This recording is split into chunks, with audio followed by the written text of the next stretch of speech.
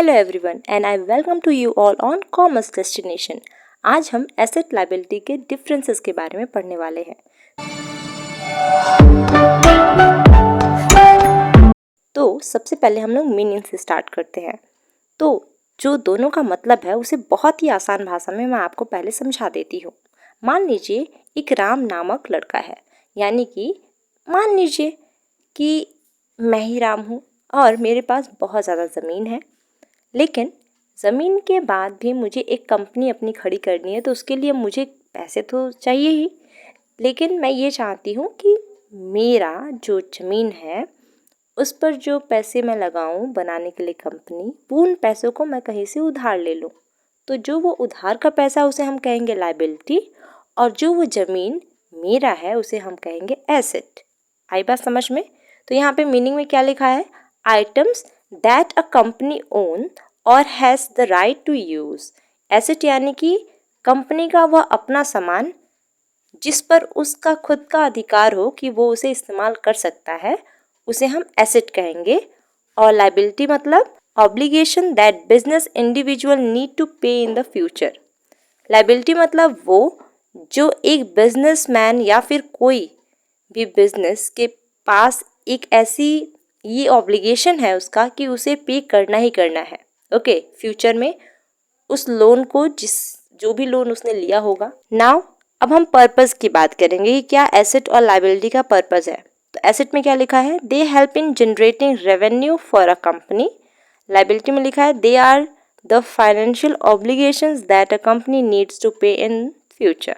तो यहाँ पे एसेट का पर्पस ये है कि वो एक कंपनी के लिए रेवेन्यू जनरेट करता है, यानी कि अगर उस कंपनी में कोई भी प्रोडक्ट बन रहा है तो ऑफकोर्स वो प्रोडक्ट बिक्री होता ही होगा और जो उसके पैसे होते हैं वो उस कंपनी को मिलता ही होगा, तो उसे ही हम लोग रेवेन्यू कहते हैं उन पैसों को।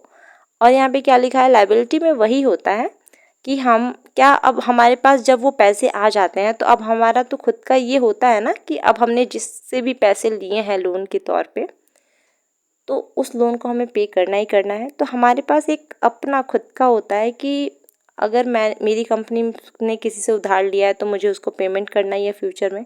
तो लायबिलिटी का पर्पस यही होता है। ठीक है, अब आते हैं टाइप्स पर। तो यहाँ पे हमें ये पता चला कि जो एसेट होता है उसके दो टाइप्स होते हैं, एक होता है फिक्स्ड एसेट और एक होता है करंट एसेट। और यहाँ पे लायबिलिटी में क्या लिखा है? इसके भी दो टाइप्स होते हैं, ये होता है current liability and other one is non current liabilities. और इनके एग्जाम्पल में क्या आता है? फॉर एग्जाम्पल एसेट में आता है machine, land, goodwill, accounts receivable. Okay, और लायबिलिटी में होता है account payable, loans and more. ठीक है, तो यहाँ पे थोड़ा सा आपको ध्यान देना है, जब भी आप एग्जाम्पल लिख रहे हैं तो लायबिलिटी में याद रखिएगा कि हमेशा पेमेंट आप करेंगे, तो यहाँ पे अकाउंट पेबल ही रहेगा। और एसेट आपका अपना है तो आप उसको रिसीव ही करेंगे, तो यहाँ पे अकाउंट रिसीवेबल ही होगा। तो ये कुछ मतलब आप अगर समझ जाते हैं एक्चुअल में कि इनकी मीनिंग क्या है, तो इसका एग्जाम्पल अपने आप याद हो जाता है। और एसेट यानी कि मशीन हो गया, लैंड हो गया, गुडविल हो गया, ये वो सब सामान है जो हमारे कंपनी का है, खुद का है, हम इसका इस्तेमाल कर सकते हैं। ठीक है, अब आते हैं इसके डिप्रिशिएशन पे। तो यहाँ पे क्या लिखा है? Fixed asset are subject to depreciation. और लायबिलिटी में लिखा है liability are always non depreciable. Fix asset are subject to depreciation. Fix asset depreciate होते हैं लेकिन लायबिलिटी डिप्रिशिएट नहीं होते, क्योंकि फिक्स एसेट यानी कि मशीन हो गया। ओके, कोई भी मशीन हम लोग खरीद रहे हैं, मान लीजिए आज 10 लाख का हम खरीद रहे हैं, 4 साल बाद हम बेचना उसे चाहते हैं, तो ज़रूरी थोड़ा ना कि वो 5 लाख में बिके। जब डेप्रिशिएशन कैलकुलेट करने के बाद हमें पता चले वो 2 लाख में बिक रहा है। तो मैटर करता है कि कौन सी मशीन है, कितना हमने इसका यूज़ किया है। ठीक है, और जो लायबिलिटी होता है वो कभी भी मतलब कि डेप्रिशिएट नहीं होता। ठीक है, नाउ कैलकुलेशन। एसेट का जो फॉर्मूला है वो क्या है? लायबिलिटीज प्लस ऑनर्स इक्विटीज, ये एसेट का फॉर्मूला है। और लायबिलिटी का क्या फॉर्मूला है? Total asset minus honours equity. तो यहाँ पे हमें एक बात समझ में आ गई कि जिस दिन हमें मतलब मान लीजिए हमने किसी से बहुत ज़्यादा उधार लिया है, तो हमारा जितना भी एसेट है, टोटल एसेट यानी एक कंपनी के अंदर हम जितने भी सामानों को यूज़ कर रहे हैं, ओके, वो सब कुछ में से हम लोग ऑनर्स की इक्विटी को माइनस कर देंगे। मतलब ऑनर्स इक्विटी मतलब क्या, बहुत सारे ऐसे शेयर होल्डर्स तो होंगे ही ना जिन्होंने कंपनी में पैसा लगाया होगा कि हाँ इतना प्रॉफिट होगा तो हमें मिलना चाहिए, इतना डिविडेंड हमें मिलना चाहिए। तो उन सब चीज़ों को माइनस करने के बाद मतलब आपका जो एसेट है उसका टोटल वैल्यू, उसमें से आप माइनस करेंगे जब ऑनर्स की इक्विटी को, तो जो बचेगा उसे ही तो आप लोन में देंगे ना, उसे ही तो आप पेमेंट करेंगे ना। लायबिलिटी पूरा जो पेमेंट होगा उसी से तो होगा। तो इसका ये फॉर्मूला होता है। लायबिलिटी का फॉर्मूला क्या है? लायबिलिटी का फॉर्मूला है total asset minus honours equity. और एसेट का फॉर्मूला क्या है? जो भी उधार का सामान देना है वो, और जो भी हम लोगों को अपने शेयर होल्डर्स को देना है वो, उन दोनों को जोड़कर जो आता है उसे ही हम लोग अपना एसेट कहते हैं। ठीक है, ये बात तो समझ में आ ही गई होगी आप लोगों को। अकाउंटिंग में क्या लिखा है? इंक्रीज इन एसेट, ये होता है डेबिटेड अगर हम लोग एसेट के अकॉर्डिंग देखें तो, और डिक्रीज इन एसेट यानी कि वो होता है क्रेडिटेड।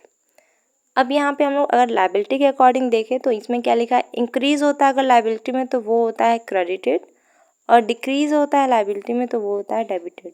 Okay, cash flow. अब कैश फ्लो इसमें कैसे होता है? एसेट के अकॉर्डिंगली क्या होता है? Asset results into inflow of cash and increase cash balance. अब अगर हम लोग आसान तरीके से समझे तो कोई भी मशीन, यानी मतलब आपको किसी भी तरह का प्रॉफिट हो रहा है, मान लीजिए आपने अपनी कंपनी में प्रोडक्ट्स बनाया, उसे आपने बेचा, तो जो कैश फ्लो होगा वो इनफ्लो ही तो होगा ना, मतलब वो अंदर की साइड ही तो आएगा ना, कंपनी में आएगा। लेकिन अगर मैं लायबिलिटी की बात करूँ तो लायबिलिटी में ऐसा होगा क्या? पैसा आपके हाथ में आएगा या आपके हाथ से जाएगा?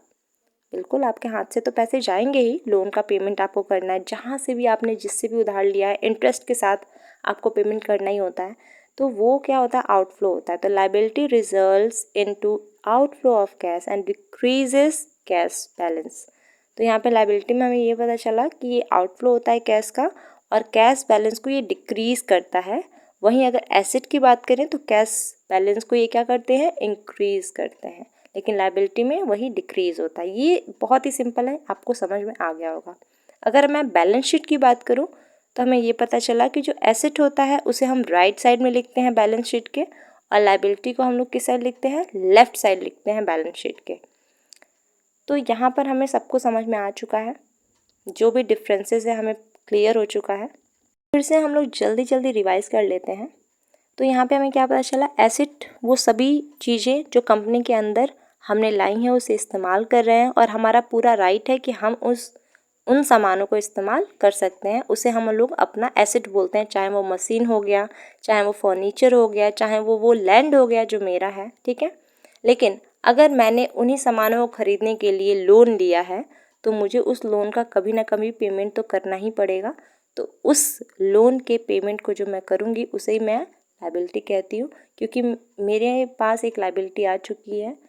मैंने अगर मान लीजिए कहीं से 50 लाख का लोन लिया है तो उसका पेमेंट मुझे इन फ्यूचर कभी ना कभी तो करना ही है। सेकंड है इसका पर्पस, कि एसेट और लायबिलिटी का पर्पस क्या होता है।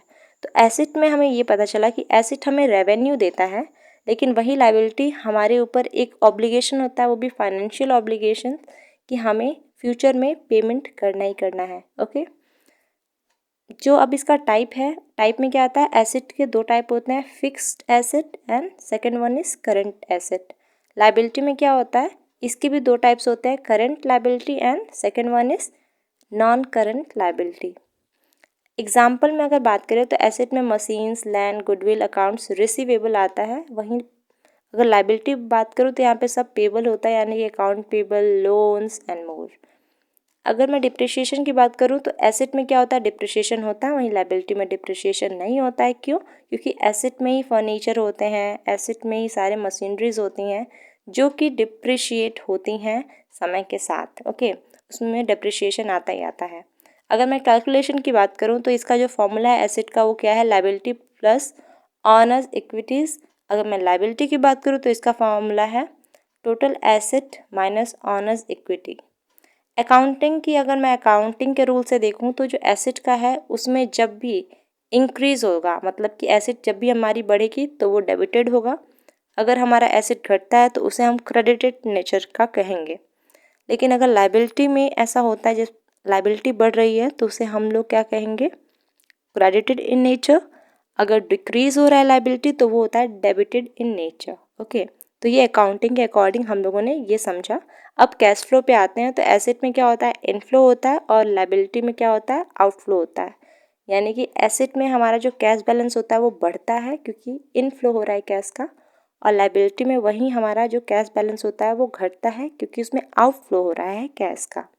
बैलेंस शीट की बात करें तो एसेट हमेशा राइट साइड होता है बैलेंस शीट के, और अगर हम लोग लायबिलिटी की बात करें तो बैलेंस शीट में ये हमेशा लेफ्ट साइड होता है। ओके, आई होप सो आज का जो ये मैंने डिफ्रेंशिएशन आपको समझाया है दोनों के बीच में अच्छे से आपको समझ में आ गया होगा।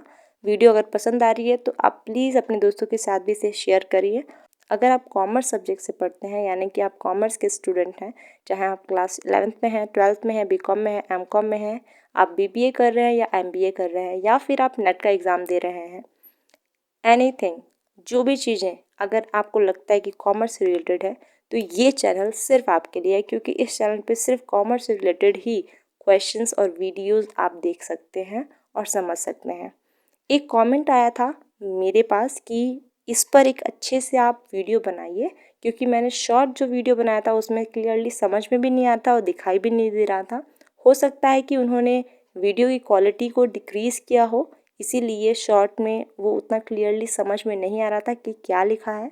लेकिन कमेंट आ चुका है कि वीडियो बनना चाहिए, तो मैंने बनाया, क्योंकि मेरे लिए आप लोगों का कमेंट करना कि इस पर वीडियो बनना चाहिए, इस तरह का बनना चाहिए, बहुत मायने रखता है, और आप लोग के अकॉर्डिंगली मैंने ये वीडियो बनाया है। आई होप सो समझ में आया होगा। मैंने अपना 100% दिया है कि आप लोगों को मैं समझा सकूं। Thank you very much for watching this video. Comment box में आप लोग जो भी टॉपिक पे चाहते हैं कि मैं वीडियो बनाऊं, कमेंट करिए, मैं वीडियो पक्का बनाऊंगी। हो सकता है उस वीडियो को बनाने में मुझे मुश्किल से 2 से 3 घंटे लगे, क्योंकि जैसे ही मैं कमेंट पढ़ती हूँ मैं वीडियो बनाना स्टार्ट कर देती हूँ। कोशिश करती हूँ बहुत ही ज़्यादा आसान शब्दों में आप तक उस वीडियो को पहुँचाऊँ, जिस भी टॉपिक पे आप वीडियो चाहते हैं।